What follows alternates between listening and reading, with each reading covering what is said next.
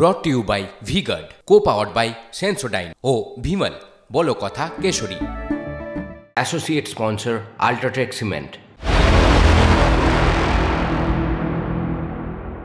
গত সোমবারে এক ভয়ঙ্কর রেল যাত্রার অভিজ্ঞতার কথা আমরা দেখেছি। উত্তরবঙ্গে আতঙ্কের রেল যাত্রা মানছেন কিন্তু খোদ রেল কর্তৃপক্ষই, কারণ কাটিহার ডিভিশনের ডিআরএম তিনি মেনেছেন যে ওই লাইনে সিগন্যাল ফেলিওর লেগেই থাকে। ডিআরএম এর মন্তব্যে যাত্রীদের মনে স্বাভাবিক তৈরি হয়েছে আতঙ্ক। खराब होता रहता है, इसीलिए जो इंस्ट्रक्शन वगैरह, जो टिकट वगैरह, जो पेपर, जो इंस्ट्रक्शन क्लियरेंस दिए जाते हैं, उसी के लिए रूल रेगुलेशन के तहत ही काम हो रहा था ये वाला। सिस्टम फेलियर के कारण ही जो है एक्सीडेंट हुआ है अभी, जैसे बोल रहे हैं। सिस्टम फेलियर, फिर वो कंक्लूजन वाला ही बात हो गया कि सिस्टम फेल हो गया इसीलिए एक्सीडेंट हो गया। सिस्टम तो हमें कोई पहली बार फेल तो हुआ नहीं है, उसके पहले भी इस तरह का जो है कभी कभी फेल होता रहता है। उसके उस परिस्थिति में क्या करना है वो भी लिखा हुआ है। वो काम हुआ नहीं हुआ उसी बिंदु पे तो जांच हो रहा है। सर सिग्नल अभी ओके हो गया, मैंने कुछ जाना पड़े तो चौटा। हाँ अभी हो गया, ऑटोमेटिक सिग्नल हो गया, waiting signalling has been restored. রেলের ভাড়া বাড়ানো, রেলকে প্রাইভেটাইজ করা, রেলের বিভিন্ন প্রকল্প বন্ধ করে দেওয়া, 3 লক্ষ শূন্য পদ রেখে দিয়ে রেলের যাত্রী নিরাপত্তা নিয়ে কোনো রকম চিন্তা ভাবনা না করার ফলে মুহুর্মুহু এই ধরনের রেলের দুর্ঘটনা এবং তাতে এত এত মানুষের প্রাণহানি হচ্ছে। এটা সম্পূর্ণ দায়ী রেল দপ্তরের। মমতা ব্যানার্জি আমলে তৈরি করা অ্যান্টি কলিশন ডিভাইস এখনো সম্পূর্ণরূপে বলবৎ করা যায়নি এবং রেল দপ্তরের সার্বিক ব্যর্থতা, সেটাই আজকে ডিআরএম এর কথার মধ্যে দিয়ে সত্যতা প্রমাণিত হলো। আমি আশা করবো এরপর রেলমন্ত্রী এটা স্বীকার করে ক্ষমা চেয়ে নেবেন। কাঞ্চনজঙ্ঘা এক্সপ্রেসের দুর্ঘটনার পর থেকে কিন্তু আতশ কাচের নিচে পেছন থেকে ধাক্কা মারা মালগাড়ির চালকের ভূমিকা, তার দায় ঠিক কতটা, কি ঘটেছিল সোমবার সকালে, ঠিক কত গতিবেগে রেকটিকে এগিয়ে নিয়ে যাচ্ছিলেন চালক, সবটাই জানা যাবে ডেটা লগারের মাধ্যমে। দুর্ঘটনার রহস্য ভেদে এখন ডেটা লগারই তদন্তকারীদের কাছে একমাত্র চাবিকাঠি।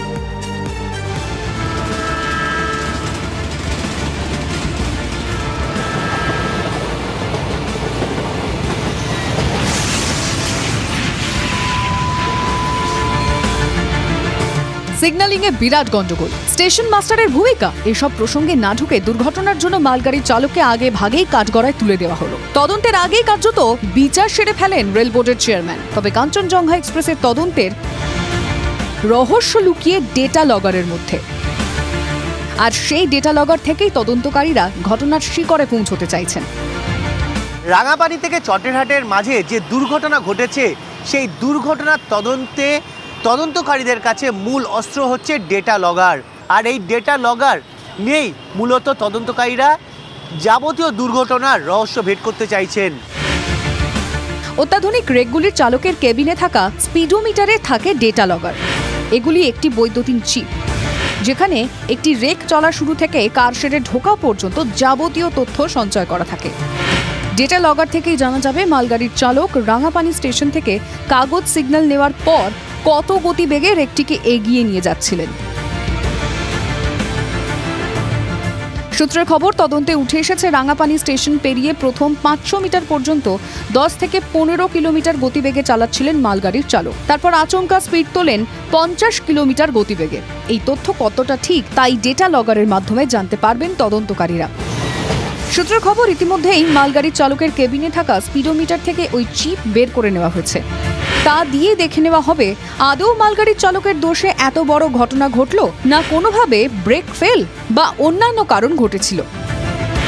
ডেটা লগারের মাধ্যমে ঘটনার আগের প্রতিটি সেকেন্ডে কি ঘটেছিল সেই তথ্য হাতে চলে আসবে তদন্তকারীদের কাছে। বিমানে ব্ল্যাক বক্স যে ধরনের ভূমিকা পালন করে, ট্রেনের ক্ষেত্রে ডেটা লগারের ভূমিকা তেমনই। শুধু মালগাড়ি নয়, কাঞ্চনজঙ্ঘা এক্সপ্রেসের ডেটা লগার খতিয়ে দেখার সিদ্ধান্ত নেওয়া হয়েছে। ডেটা লগার থেকে জানা যাবে দুর্ঘটনার সময় কাঞ্চনজঙ্ঘা কতটা গতিবেগে চলছিল। এখান থেকে আমরা ডিটেলসটা of the train speed etcetera আমরা ট্রেস করতে পারি পরবর্তীকালে। কতটা কি স্পিড রেস্ট্রিকশন সবটাই যখন আমি পাচ্ছি, তখন তো এটা ইম্পর্টেন্ট খুবই। মূলত ডেটা লগার এই রহস্য ভেদ করে দেবে। সব সিগন্যাল ত্রুটিপূর্ণ, অর্থাৎ লাল থাকার পরেও সেই জায়গাগুলিতে কতটা গতিবেগ রেখেছিল মালগাড়িটি। কখন গাড়ি পাস করলো, কত গাড়ি পাস করলো, কত টাইমে পাস করেছে, কত মিনিট সেকেন্ডে পাস করেছে, সব ওখানে রেকর্ড করতে থাকে এবং ওটা যে কোনো সময় যে কোনো বের করে দেখা যেতে পারে যে এই গাড়িটা কি কন্ডিশনে ছিল, লাল পাস করেছে কি কোন কন্ডিশনে পাস করেছে সেটাও ও বলবে।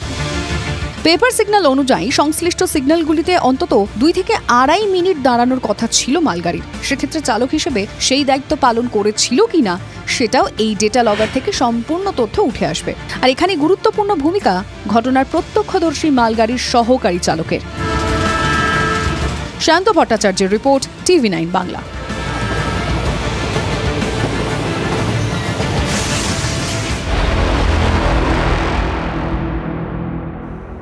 প্রতিনিয়ত ট্রেন লেট, যাত্রী ক্ষোভ বাড়ছে হাওড়া দীঘা রুটে। হাওড়া দীঘা বা দীঘা হাওড়া ট্রেন পরিষেবা নিয়ে অসংখ্য অভিযোগ উঠছে। অভিযোগ, তাম্রলিপ্ত বা কান্ডারি এক্সপ্রেস রোজই দেরিতে চলে। যাত্রীদের অভিযোগ, প্রতিদিন গড়ে 4 থেকে 5 ঘন্টা দেরিতে চলে। নির্দিষ্ট সময়ে ট্রেন দীঘা বা হাওড়ায় ঢোকে না বলে অভিযোগ দেরিতে চলার কোনো কারণ জানান না রেল কর্তৃপক্ষ। না, আমাদের হিসেবে জানানো হয়নি কিছুই, লেট, আমরা বসে আছি 5 ঘন্টা ধরে ওয়েট করছি। 6টার দিকে যাওয়ার কথা, পৌঁছাচ্ছে প্রায় 10:30 বেজে যাচ্ছে। আবার আমরা রিটার্ন করব ভাবছি বাড়ি 22 তারিখে, তো 22 তারিখে কোনো ইনফর্ম করেনি, ট্রেন ক্যান্সেল হয়ে যাবে তাই বলছে। হেভি অসুবিধা পড়ছি, যেমন যাওয়ার কথা খাইলো আরও আগে, লোকজন আস্তে আস্তে রাত হয়ে যাচ্ছে, পেরেশানি হচ্ছে, সেই জন্যে ঘরে যাওয়া একটু দূরে হয়ে যায়, সেই জন্য খুব পেরেশানি হয়ে যায়। আর এটা ট্রেন 6টায় এসছে। Brought to you by V-Guard, co-powered by Sensodyne O Bhimal, বলো কথা Keshari. Associate sponsor Ultratech Cement.